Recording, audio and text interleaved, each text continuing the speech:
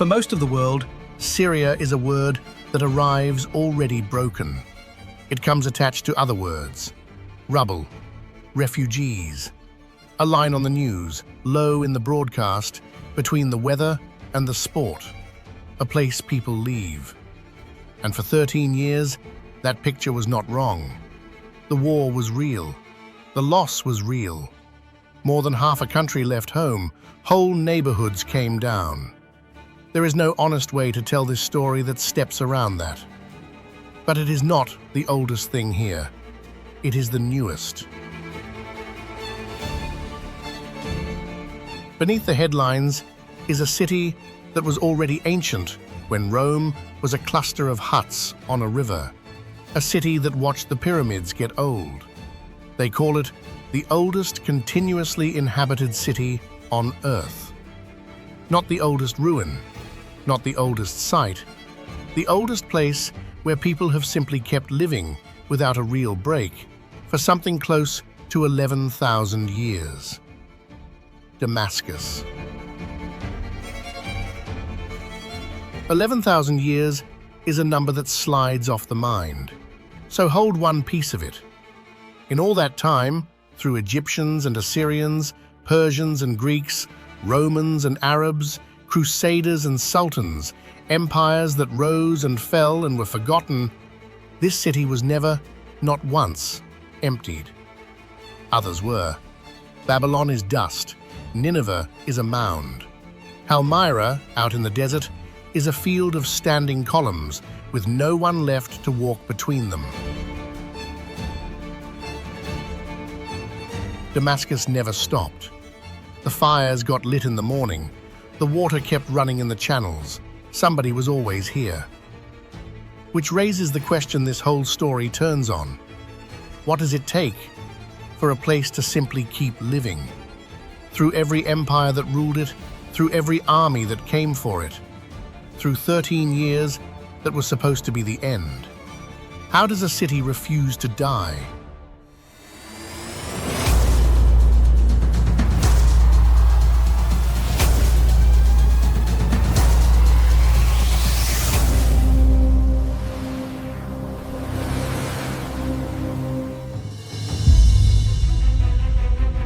The answer begins, as it always has here, with water.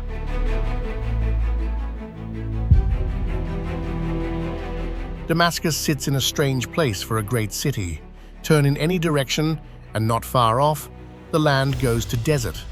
The Syrian steppe, stone and dust, where nothing much grows and nothing much stays. But the city itself is green. It has always been green, and the reason stands to the west, on the horizon. The anti-Lebanon mountains. A wall of rock along the border with Lebanon, high enough to catch snow. When that snow melts, the water comes down a single river, the Barada, out of the mountains and onto the plain. And there, at the desert's edge, the Barada spreads. It fans into channels, dug and redug by human hands for thousands of years, until the water covers a wide green apron of orchards and gardens and fields. The Ghouta, the oasis that made everything else possible. This is the whole city in one idea: snowmelt off a mountain, carried by one river, caught and spread by patient hands, turning a corner of the desert into a garden. Water became fruit. Fruit and shade drew people. People became a village.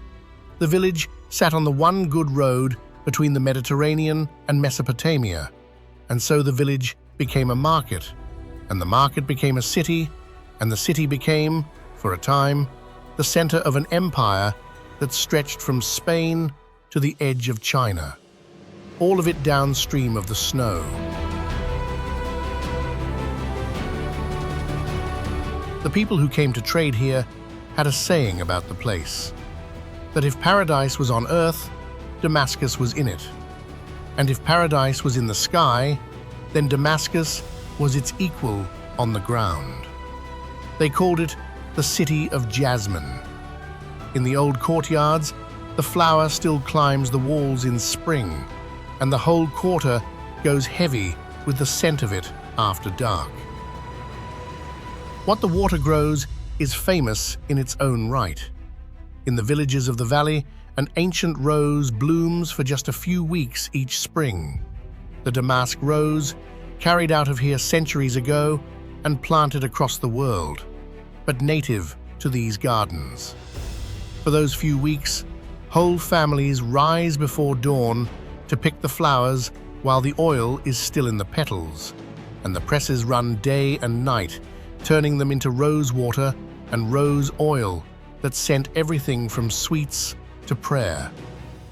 The orchards give apricots the city is known for, and figs and pomegranates and walnuts, grown in the same fields, watered from the same channels, for so long that the Damascus apricot became its own word for a kind of fruit.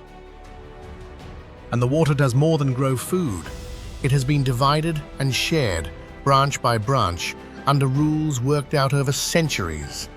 So much to this quarter, so much to that garden, so much to the public fountains, so much to the great bathhouses. The Barada was never only a river. It was a machine the whole city agreed to run together, and it has been running, more or less, since before the pyramids. The mountains that feed the city hold their own quiet life. High on the rocky slopes of the anti-Lebanon, where the trees thin out and the wind never stops, lives a small yellow finch found almost nowhere else, the Syrian serin. Barely the length of a finger, the male marked with a wash of gold across the head and breast. It is a bird built for a hard, high place. It nests on cliff ledges and stony ground. In country, most creatures leave alone, and it feeds on the seeds of mountain plants that flower in the brief window between snowmelt and drought. It asks for almost nothing, a crack in the rock, a season of seed, and it has kept those slopes for longer than there has been a city below them. A small persistence, singing in the cold air above the one that everyone came to see. Down in the city, the persistence is made of stone. To understand Damascus, stand in one building, not the biggest, not the most beautiful, the oldest in its bones. In the heart of the old city, behind a wall of pale stone, is a courtyard the size of a small square, paved so smooth by centuries of feet that it shines. On three sides, arcades. On the far side, a prayer hall under a green domed roof. Above the courtyard, mosaics of gold and green, trees, rivers, houses, a vision of paradise laid down 1,300 years ago and in places still glittering. This is the Umayyad Mosque, the Great Mosque of Damascus, and the ground it stands on has been holy for 3,000 years through 4 different faiths without a single break. Go down through the layers. 3,000 years ago, the Arameans built a temple here to Hadad, their god of storm and rain. A carved sphinx from that temple was found in one of the mosque's corners, waiting in the wall. Then the Romans came, and on the same ground raised a vast temple to Jupiter. Part of its outer gate still stands in the street outside. Roman columns, weathered to the color of bone, framing the entrance to a market. Then Rome became Christian, and the temple became a church, dedicated to St. John the Baptist. And when the armies of Islam took the city in the 7th century, for a time, Christians and Muslims prayed under the same roof, in different corners of the same hall. And then, between 705 and 715, the Caliph al-Walid raised the mosque that stands today, the earliest great mosque in the world, still in use. Built by craftsmen he brought from across the empire, its walls sheathed in the gold mosaics that survive in patches even now. Al-Walid told his people they already had 4 things that set the city above the world: its climate, its water, its fruit, its baths. To those he said he was adding a 5th, this. And here is the piece that holds the whole city together.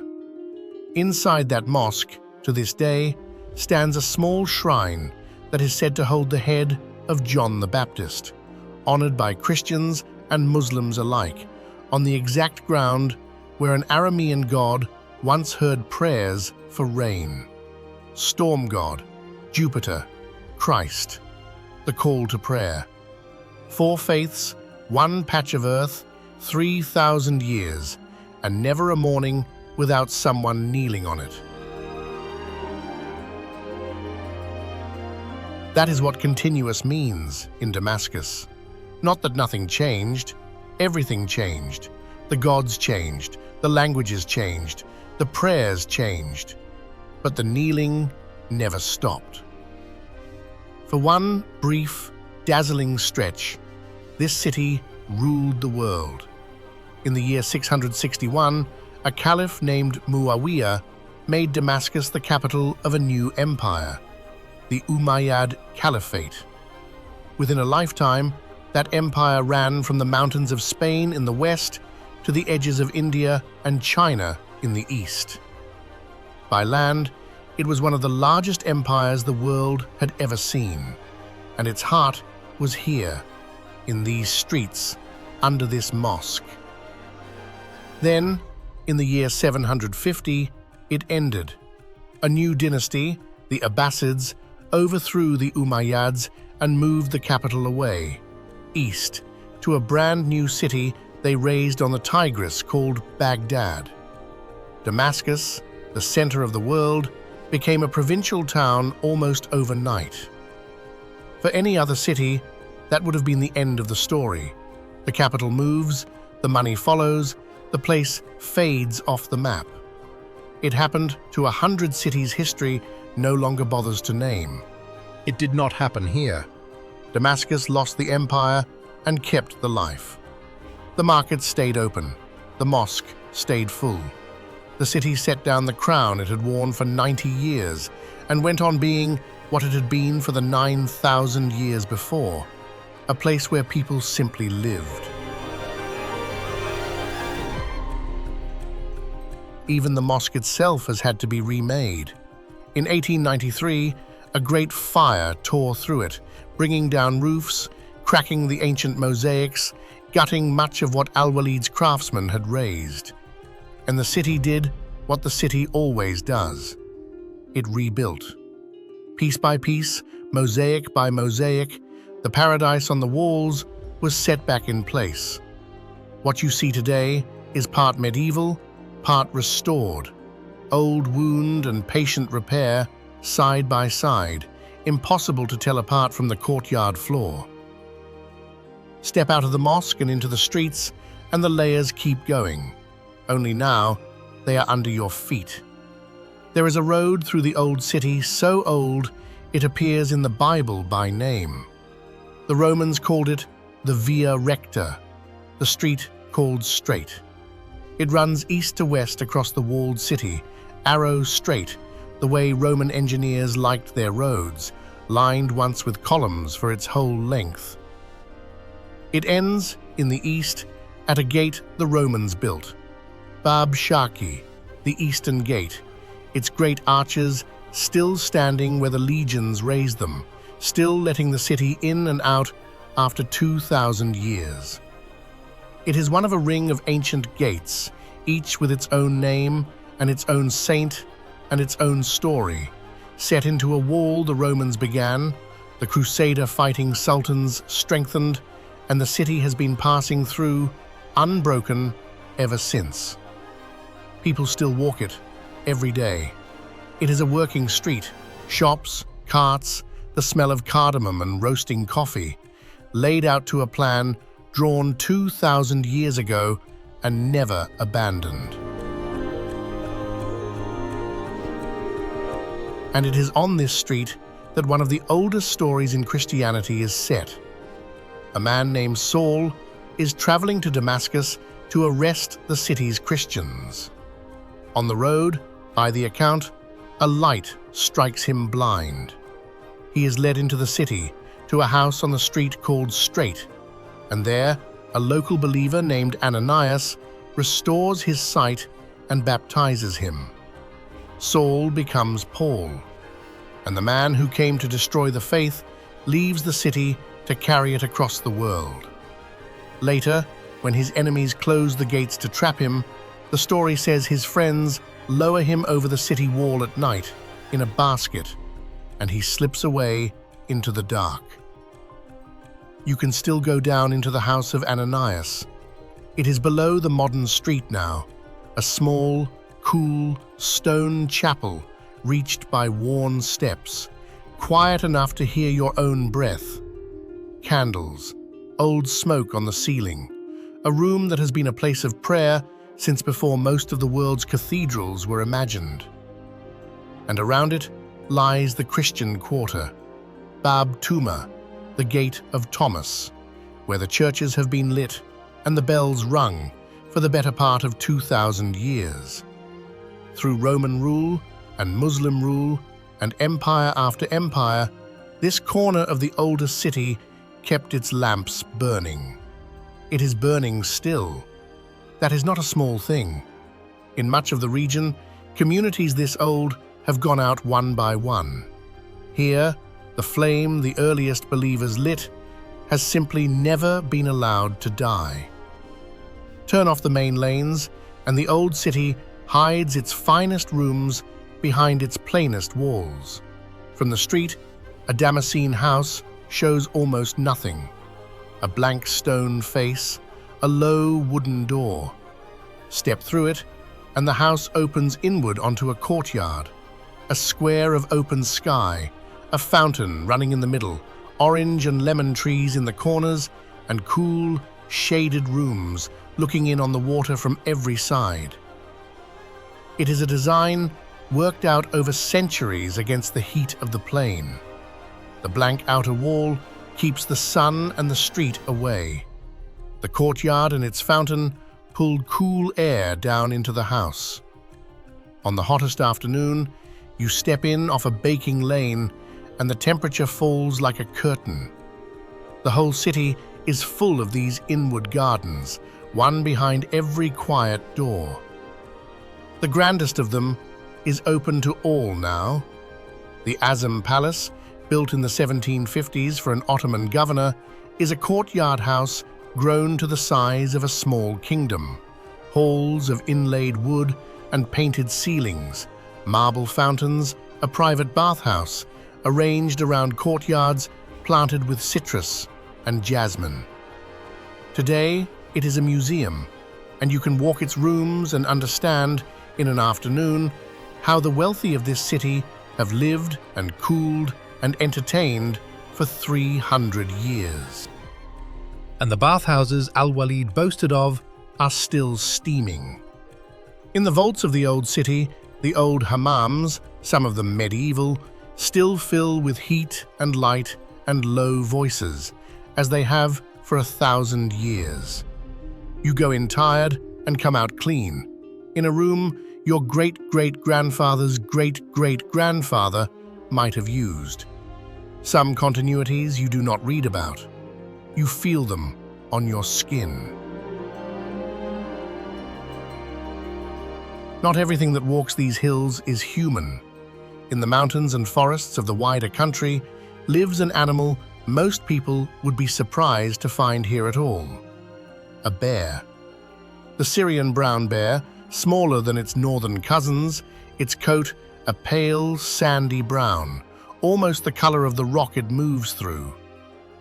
It is a creature of high, broken country, climbing to feed on roots and fruit and honey, denning through the cold months in caves and hollows, keeping as far from people as the shrinking wild will allow. There are far fewer than there were. The forests came down, the guns came out. The bear that once ranged across these mountains has has been pushed into the highest, hardest, emptiest ground. But it holds on, in the folds of the mountains, out of sight. A pale bear in a pale landscape, still walking country that has grown quiet enough to almost forget it was ever there. Back in the city, Damascus made something the rest of the world could not. For centuries, the smiths of this region forged a steel unlike any other. Blades that carried a strange flowing pattern in the metal, wavy lines like water or the grain of wood, running the length of the sword. Damascus steel. The pattern was not just beautiful, the steel behind it was harder and held an edge sharper than almost anything the armorers of Europe could make. Crusader knights came east in iron and met men carrying blades that could turn their swords aside and keep their edge through a day of fighting. The Europeans wanted the secret and could not get it. They took the swords home. They could not copy them. And then, this is the strange part, the makers themselves lost it. The trade routes that carried the particular ore ran dry. The masters who knew the recipe died without passing every part of it on. By the 18th century, the true steel could no longer be made. Not in Europe, not even here. For all our furnaces and formulas, there are things this city knew how to do that the modern world, with all its science, has spent 200 years failing to reproduce. Remember that. A craft can be older than the nation that forgot it, and a recipe, once broken, does not always come back. The steel traveled because Damascus sat on the Great Road. For thousands of years, this was a hinge of the world. Caravans came up from Arabia with incense and gold, in from Mesopotamia with grain, down from Anatolia with timber, over from the Mediterranean coast with everything the sea could carry. They met here, in the markets under the mountains, and traded and moved on. The city grew rich on being in the middle. Silk from the Far East, spice from the Indies, pearls, glass, dye, paper, sugar, steel. What the world wanted at some point passed through here, and a little of it always stayed. And once a year, the city became the gate to something greater than trade. For more than 1,000 years, Damascus was the great northern gathering point for the Hajj, the pilgrimage to Mecca. Pilgrims came down from Anatolia, from Persia, from the Balkans and beyond, and waited here in this city until the caravan was ready. Then, in their tens of thousands, with camels and guards and water for the desert, they set out south together on the long road to the holy cities. It was among the largest yearly movements of people in the pre-modern world, and Damascus was its staging ground. The city built great stone inns, caravanserais, to hold the traders and the pilgrims and their animals, cool, arched courtyards where a merchant from Venice might sleep a wall away from a pilgrim from Samarkand. Several of them still stand in the old city, their domes rising over the souks, some of them workshops and cafes now, still sheltering strangers under the same stone. To be from Damascus was to live at the crossing point of the faithful and the trading world at once, the place everyone passed through and some small part of everyone stayed. Out on the steppe, the desert that rings the city was never as empty as it looked. East of Damascus, near the ruins of Palmyra, is a stretch of stony plain and low cliff that once held a different kind of caravan, not of camels, but of hooves. Here, in a protected reserve on the edge of the desert, conservationists tried to bring back animals that had been hunted out of the Syrian wild generations ago. The Arabian oryx, a pale desert antelope with long, straight horns, an animal so suited to the heat it can go for weeks drawing water from the plants it eats. And the goited gazelle, small and swift, built to cross open ground faster than anything that hunts it. The idea was quiet and stubborn and full of hope. That a desert everyone had written off as dead could be made to hold life again. That what was taken could, with patience, be put back. For a while it worked. Herds moved across the steppe where there had been none for lifetimes. Then the war reached even here, and the work stopped, and much of what had been rebuilt scattered again. But the intent remains, written into the land and into the people who tried. The steppe is not empty, it is waiting. To see the whole of it, you climb. Above the city, to the north, rises the bare grey mountain of Qasioun. There are no trees on it, just rock and a road, and at the top, the whole of Damascus spread out below like a map. From up here, the city is a pale sea of flat roofs and minarets and dark green gardens, filling the plain and stopping sharply where the desert begins. On a clear evening, the call to prayer rises up the mountainside from 1,000 mosques at once. The mountain is old in the city's imagination. Caves in its side carry stories older than Islam. One of them said to be where the first murder in the world took place, where one brother killed another. People have climbed here to pray and to grieve and simply to look, for as long as there has been anyone below to look down on. And from up here, you can also see how many times this view has nearly ended. In 1260, the Mongols came. The armies of Hulagu, grandson of Genghis Khan, who had just burned Baghdad and thrown its great library into the Tigris until the river ran black with ink, swept west and took Damascus. The city survived that. Then, in 1401, came the worst of them. Timur, Tamerlane, stands before the walls with an army that has left towers of skulls across Asia. The city holds out, then breaks. His men put much of it to the torch. The Great Mosque burns. Thousands die. And then Timur does something crueler than the killing. He looks at what truly makes Damascus valuable, not its gold, but its hands. And he takes them.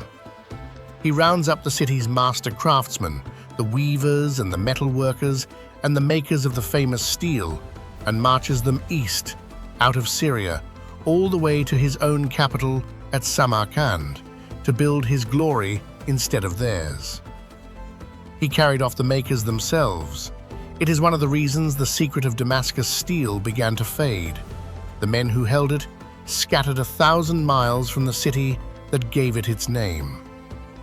And still within a generation, there were craftsmen at the benches again. New hands, taught by whoever was left, picking up trades their masters had been dragged away from mid-stroke. Timur emptied the workshops. He could not empty the city. It filled them back up. Hold on to that most of all, because it is about to happen again, in our own century, in front of us.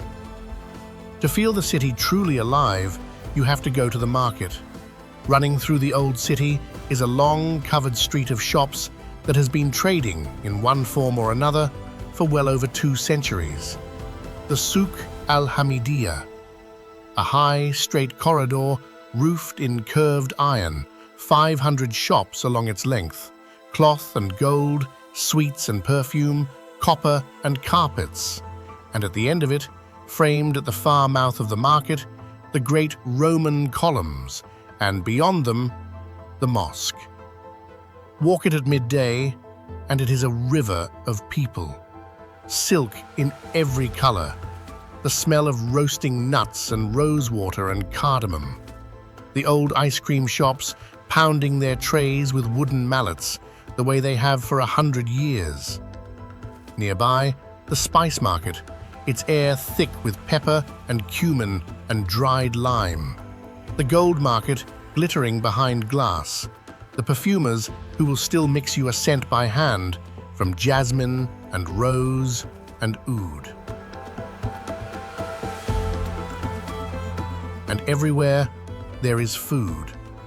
Damascus feeds itself the way it has for centuries, from stalls and hole-in-the-wall kitchens and family tables that have not changed their recipes in living memory. Flatbread pulled hot from the oven, trays of pastries soaked in syrup and crushed pistachio. The old sweet shops, famous across the whole Arab world, their names known from Cairo to Baghdad, still making by hand what made them famous 100 years ago. It is easy to overlook, Standing in a market, that food is a kind of memory too. Every one of these dishes is a recipe carried down, hand to hand, mother to daughter, exactly like the brocade and the inlay, a craft you can taste. A city does not only remember in its buildings, it remembers in what it cooks for dinner. And Damascus has been cooking much the same dinner since before most countries existed. Now look up. The iron roof of the Hamidiyya is punched through with hundreds of small round holes. They are bullet holes, fired a century ago in fighting under the French. No one has ever patched them. And because no one patched them, something happened that no one intended.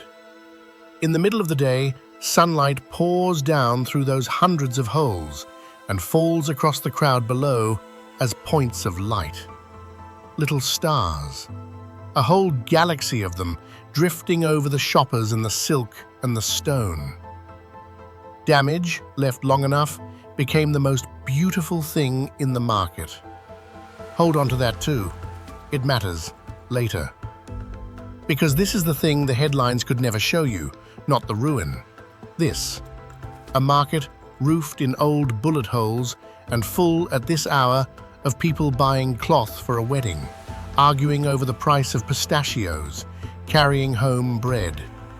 A city not surviving, living, ordinary, loud, alive. But it would be a lie to leave the last 13 years out of the story. The city earned this ordinary day, and it earned it hard. The war that began in 2011 did not spare the country's past. Out in the desert, Palmyra, that field of Roman columns, one of the great sights of the ancient world, fell for a time to fighters who saw its temples as idols to be destroyed. They dynamited the temple of Bel, which had stood for nearly 2,000 years. They blew up the temple of Baal-Shamin. They brought down the great Arch of Triumph. And they killed the man who had spent his life caring for the place. Khalid al-Assad, an archaeologist past 80 years old who had looked after Palmyra's ruins for 4 decades.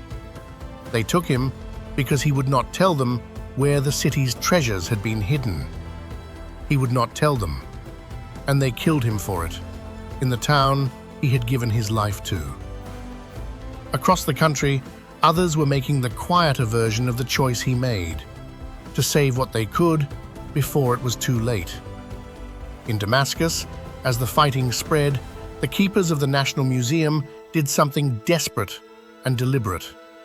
They packed up the collection, statues, mosaics, gold, the written memory of the whole region, crated it, and hid it away in vaults out of the reach of shells and thieves.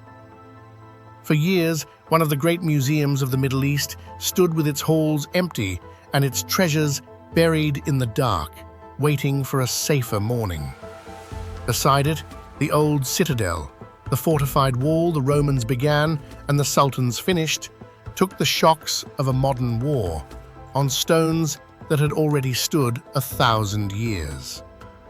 Some of it did not survive, but much of it did, because ordinary people, curators and guards and volunteers, decided this memory was worth the risk of saving. The museum's doors are opening again now, and the crates are coming up out of the vaults, one careful load at a time. Let that sit. Some of what was broken in those years will not come back, not the temples as they were, not the men who died protecting them.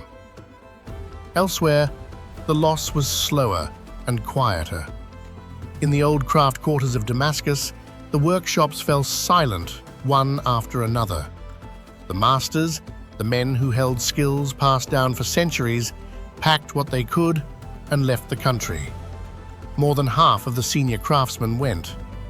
60% of the workshops closed or were destroyed. Whole trades came to the edge of vanishing. The glassblowers especially. The hand-blown Damascene glass, made the same way for 1,000 years, came within a breath of ending altogether. The last few masters old, the young ones gone, the furnaces cold.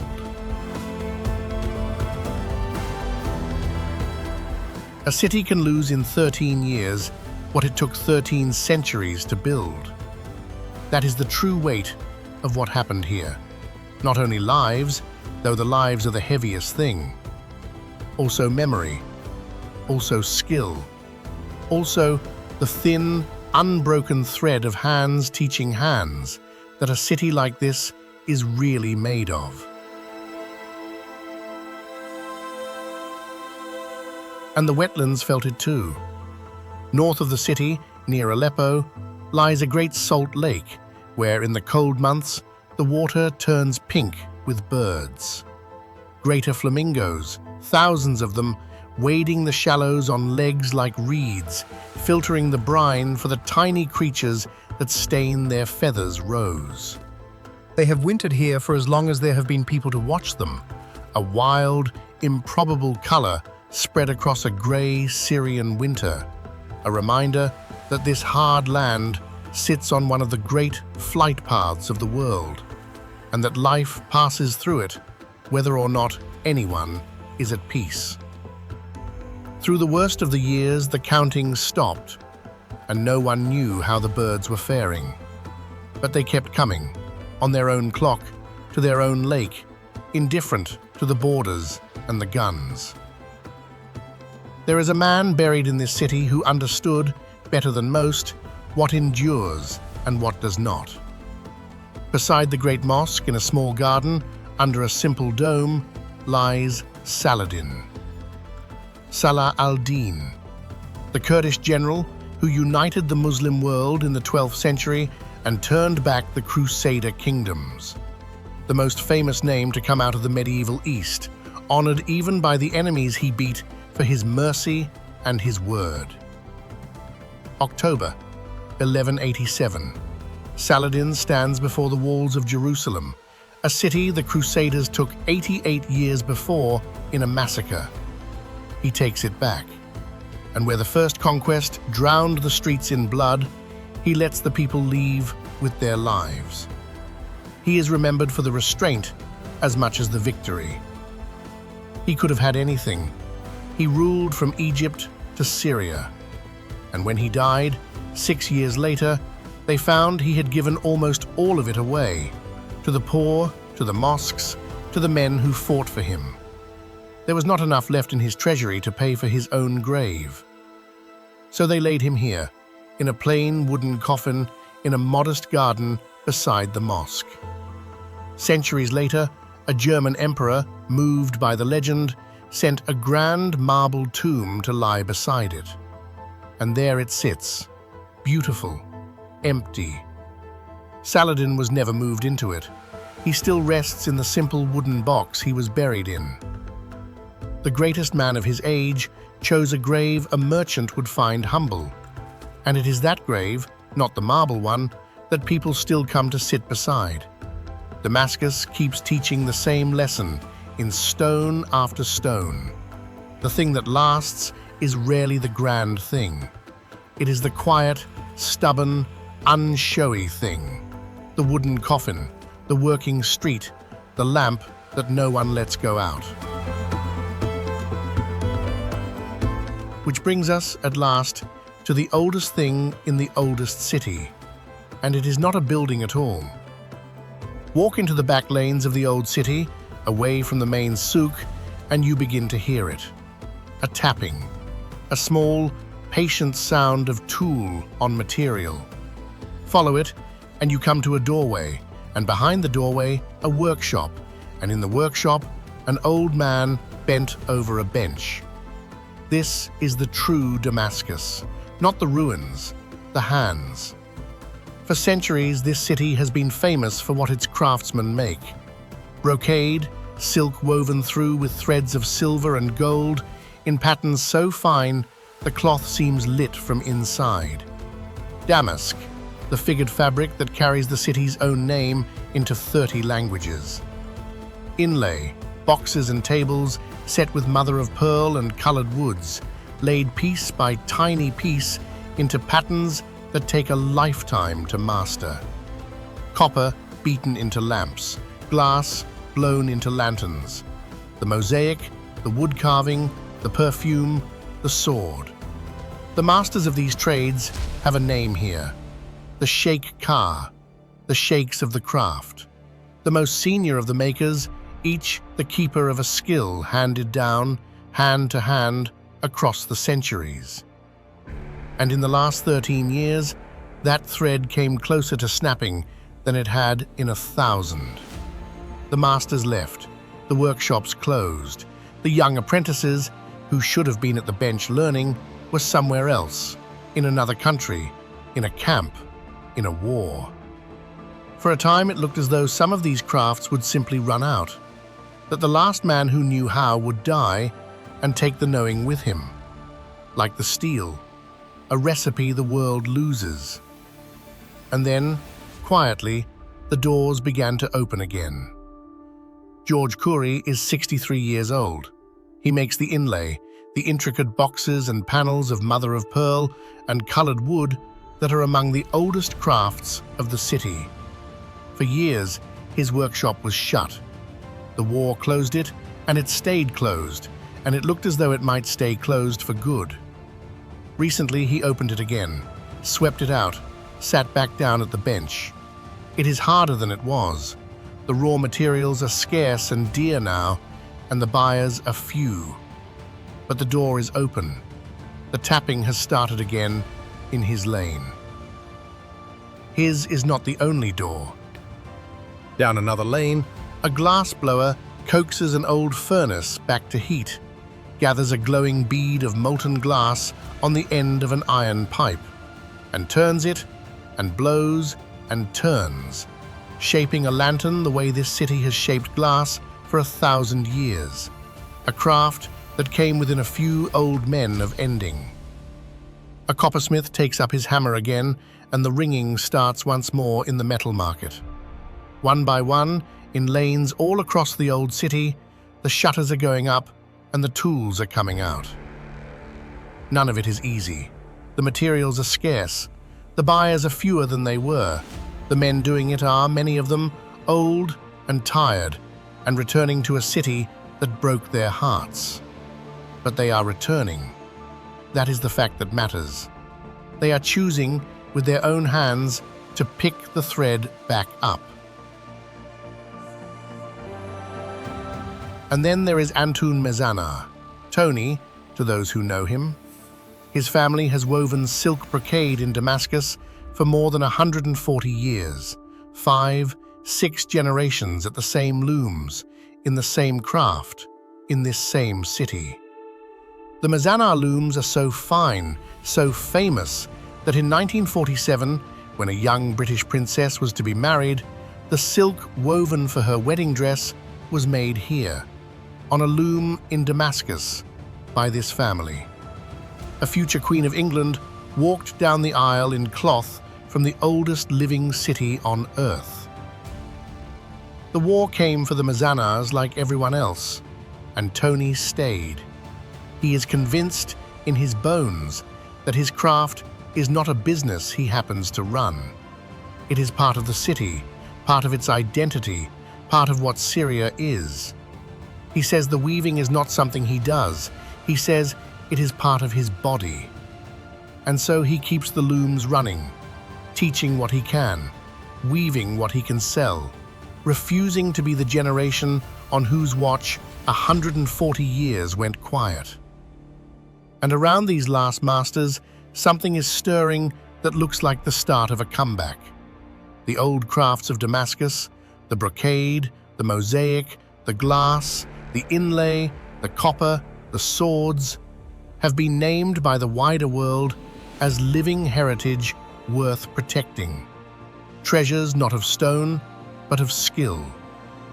In the city, the craft councils have begun to count who is left and to pair the young with the old before the knowledge slips away. Exhibitions have opened again in the old city. Halls of brocade and pottery and rosewater and carved wood. The makers standing beside their work, showing a new generation what a Damascene hand can still do. It is fragile. The masters are old, and there are too few of them, and the road is long. No one here pretends otherwise. But the counting has started. The teaching has started. The doors are open, and the young are, slowly, coming to the benches. Timur could not empty this city. Neither could this. This is the answer. This is what the whole story was reaching for. The world's oldest living city is not living because of its stones. Stones fall. Palmyra fell.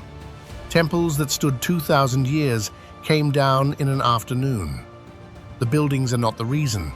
It is living because someone, in a back lane, is still bent over a bench at the end of a hard day, laying one more sliver of pearl into a pattern that is older than most nations. Because a man who could have left is still throwing his shuttle across a loom his great-grandfather built. Because the tapping never fully stopped, and now it is getting louder. Since the war ended, close to 3 million people who had left have come home. They are coming back to a country that is still poor, still fragile, still finding its feet. There are no guarantees here. The recovery is real, and it is thin. But the doors are opening. In Aleppo, the old covered markets are being rebuilt, stall by stall. Out at Palmyra, teams are back among the columns, planning how to lift what was thrown down. At Crac de Chevalier, the great Crusader castle to the west, the scaffolding is going up. The work of 11,000 years does what it has always done. It starts again. And that streak, the one we began with, holds. Never once emptied, not in 11,000 years. Not by the Assyrians, not by the Mongols, not by the Crusaders, not by these last 13 years, which was supposed to be the end, and were only, it turns out, a chapter. The fires got lit this morning. The water is running in the channels. Somebody is still here.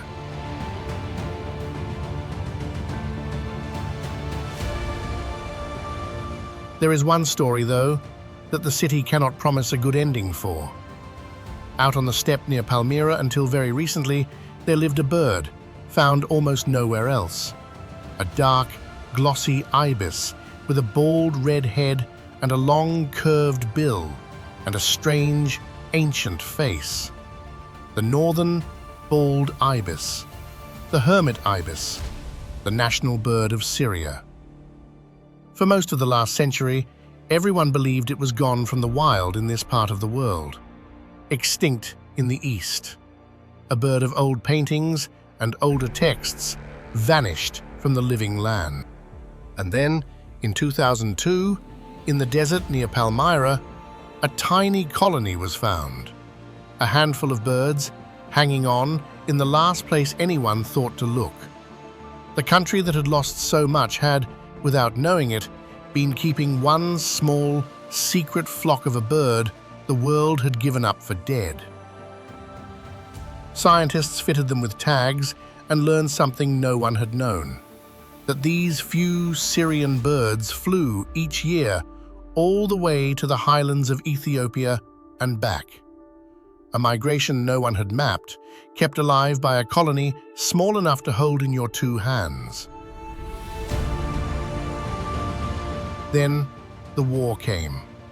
The watching stopped, the protection stopped, and the little flock, already so few, dwindled to single figures, and then, as far as anyone can now tell, to none. No confirmed wild bird has been seen here in years. The colony that was found against all odds in 2002 may already have slipped away in the dark, unwatched. The city endures. The crafts are coming back. The people are coming home. But the hermit ibis is the one thread this story cannot tie. It may be that it is simply gone, that of all the things Damascus outlasted, the small bird of its own deserts was not one it could save. That is the honest shape of endurance. It is not everything surviving, it is enough surviving. It is the streak unbroken, while at the edges, real things are quietly lost and not pretended back into being.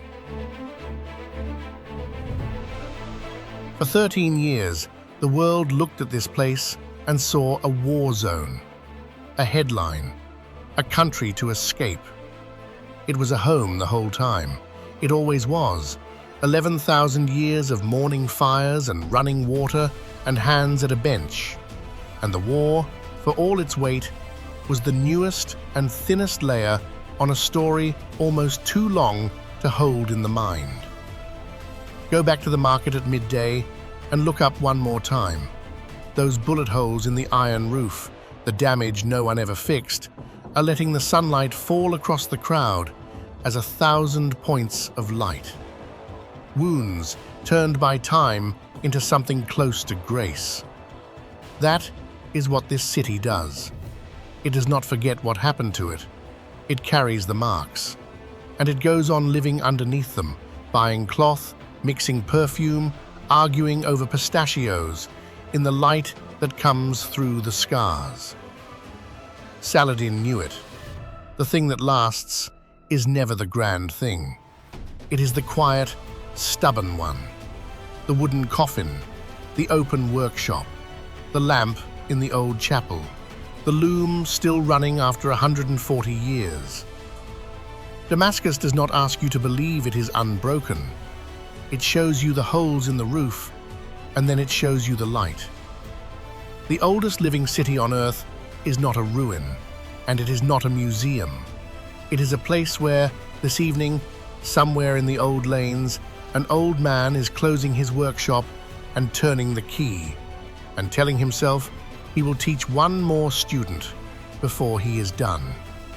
Take a breath. The fires are lit. The water is running. Stay a while in the city that would not die.